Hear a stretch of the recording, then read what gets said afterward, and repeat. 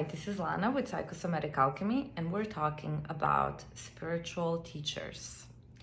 Today we're going to learn how to do a practice of conjuring our inner spiritual mentor that will plant the seeds for us to not only attract a qualified spiritual teacher into our life, but also to awaken the guru within. Before we dive into this practice, which is based on Tibetan Buddhist meditation, I want to say a couple of things about how practitioners in this tradition go about choosing a spiritual teacher. This is actually not a small feat.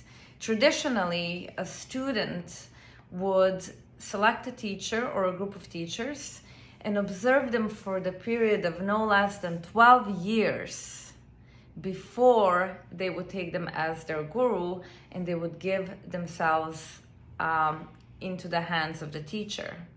So this just goes to show how important it really is to pick somebody who is truly qualified, who has had the experience, who has walked the path that we're about to walk, so that we know that the person that's guiding us is truly able to take us to where we wish to go.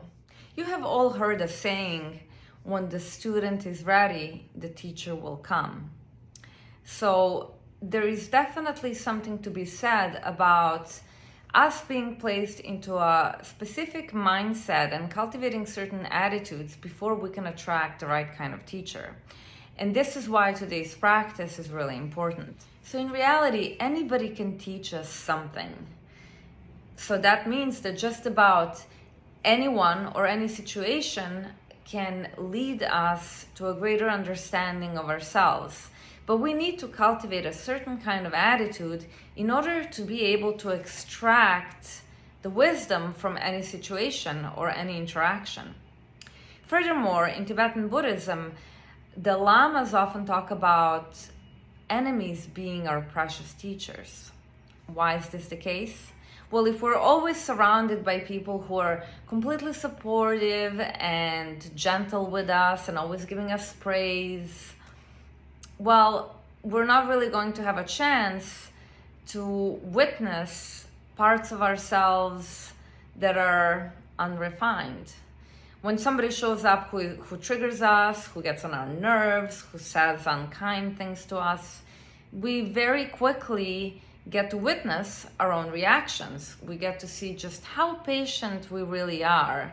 So this really gives us a chance to see where we're stuck and what we need to work on.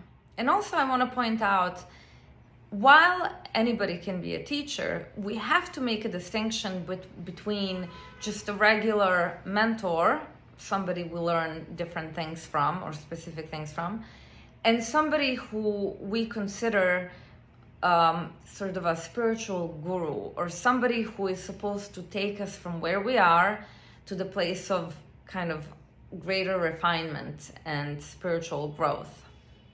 And especially now, in the age of spiritual materialism and false gurus and teachers who are compromised morally and otherwise, it is more important than ever for us to really check the authenticity of the people that we follow and we choose to serve as our spiritual teachers.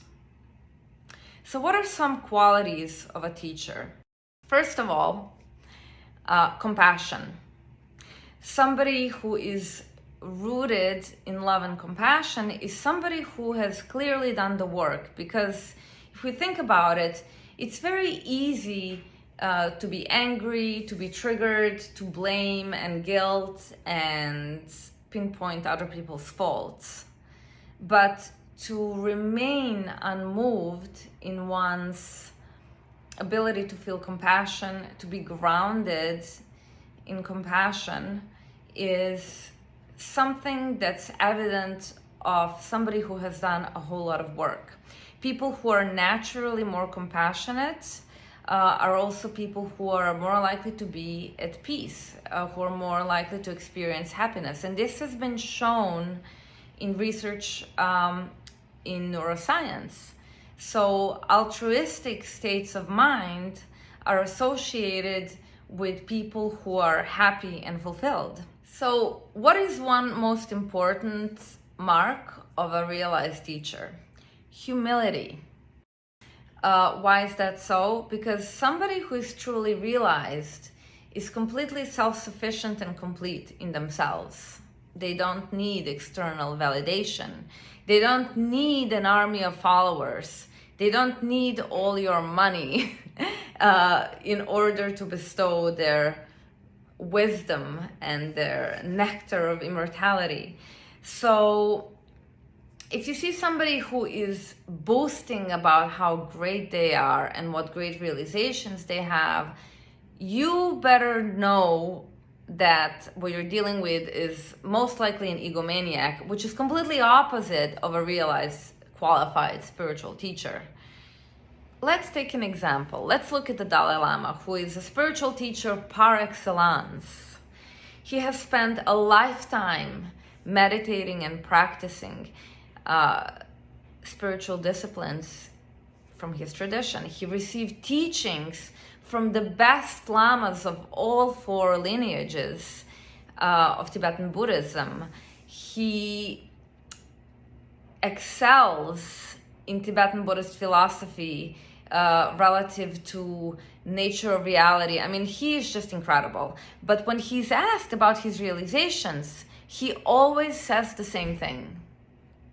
But I'm just a simple monk. I mean, isn't that kind of beautiful? That somebody with that kind of resume is so down to earth. And it just goes to show that he has the wisdom to understand that students need to be able to relate to the teacher. If the teacher is too high up in the clouds, how are we supposed to imagine that we're ever going to get there? We see ourselves in our kind of very human states, very afflicted, very stuck, and we take teachings from somebody who is supposed to be fully enlightened and fully realized. But if they show us this aspect that's kind of too far away, that's like untouchable, it becomes more difficult for us, right? So this is the wisdom and the compassion of the spiritual teacher. They will never pretend like they're more important than us, that they're more valuable. It's quite the opposite. So spiritual teachers will not be afraid to show their humanity to us. They will not be afraid to show that they make mistakes. But they will not do that by exhibiting ego grasping, because they don't have the kind of ego that somebody who's unrefined and unenlightened. So we have two aspects of the ego. There is a lesser ego, which is more in the realm of animal nature, which is like all about me, super self-involved. And then there is a healthy aspect of the ego that's all about sort of self-empowerment, being larger than life, being grounded and rooted in inner peace, love, compassion. So humility and compassion are a perfect mark of a qualified spiritual teacher. So now that we have a greater understanding of what are the qualities of a real teacher, now we can actually move to doing this practice called 7-limb prayer, taken from the Tibetan Buddhist tradition, where we conjure up an inner spiritual mentor. Think of it as like it's our spiritual ideal. So that's something that we visualize. So depending on your tradition, you might be visualizing a Christ figure or Buddha or Allah or an angel or a goddess, whatever it is. It doesn't really matter what it looks like. It's up to your mind to give it form. But what you want to keep in mind is that this archetype is somebody who fully embodies wisdom, love, compassion. Somebody who holds the wisdom and knowledge that will take you from where you are to the state of total mental freedom, of perfect, pure enlightenment, or evolution, total human evolution. First, we conjure up the archetype. When somebody like that shows up, the first thing that comes to mind is awe. Like if a Buddha really manifested in front of you, you would be like, holy cow, right? So the first thing is prostration. Prostration is really bowing down to the person's, to the archetype's wisdom, bowing down to their great accomplishment, right? So that's the first step. The second step is offering. So the idea here is we want to offer something before we ask for the teachings.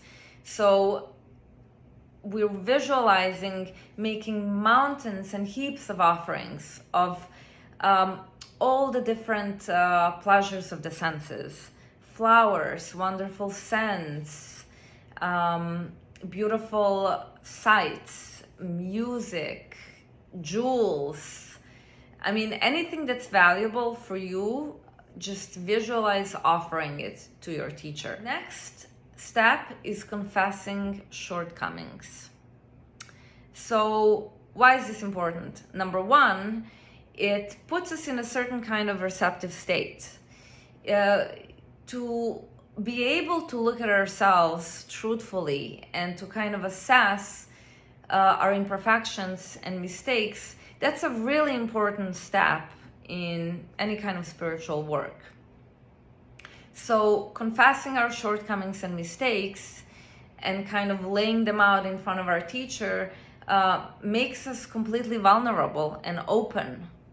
And by doing that, and by kind of truly regretting the mistakes that we have made, we automatically purify. Regret is a very powerful element of purification.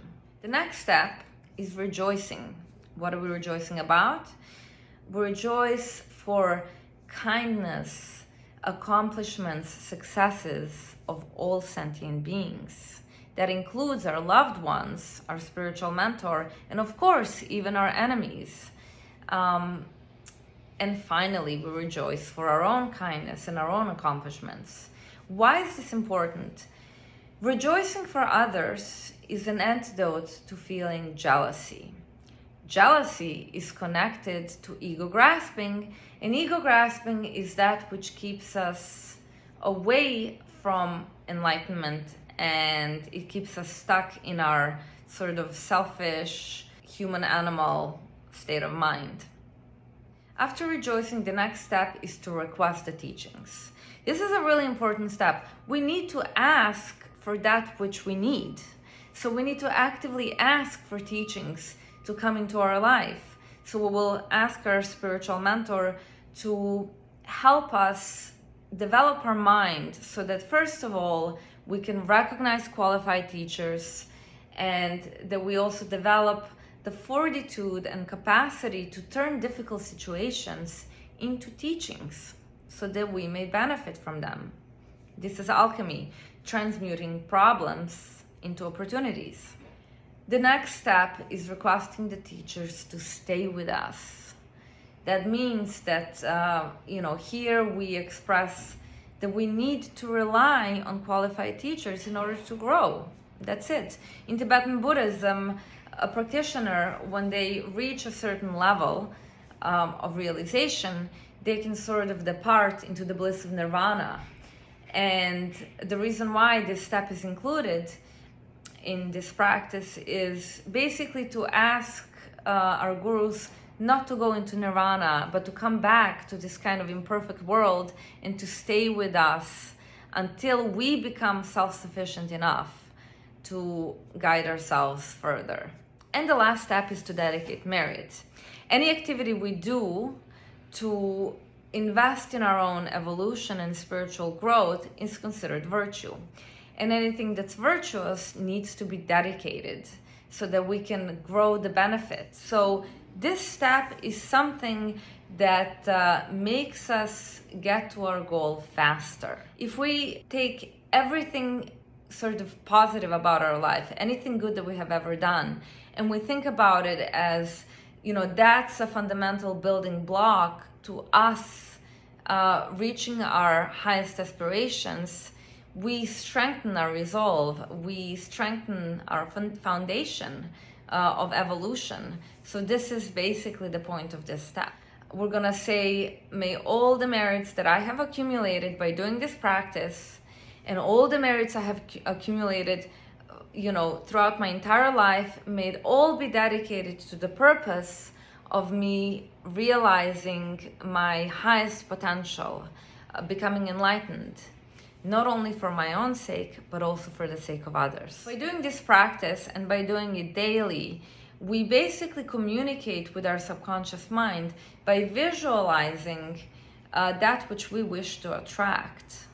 So we're priming our subconscious mind to help us find the qualified teacher and embody the genuine spiritual teachings into our life, so that we may accomplish our highest spiritual goals.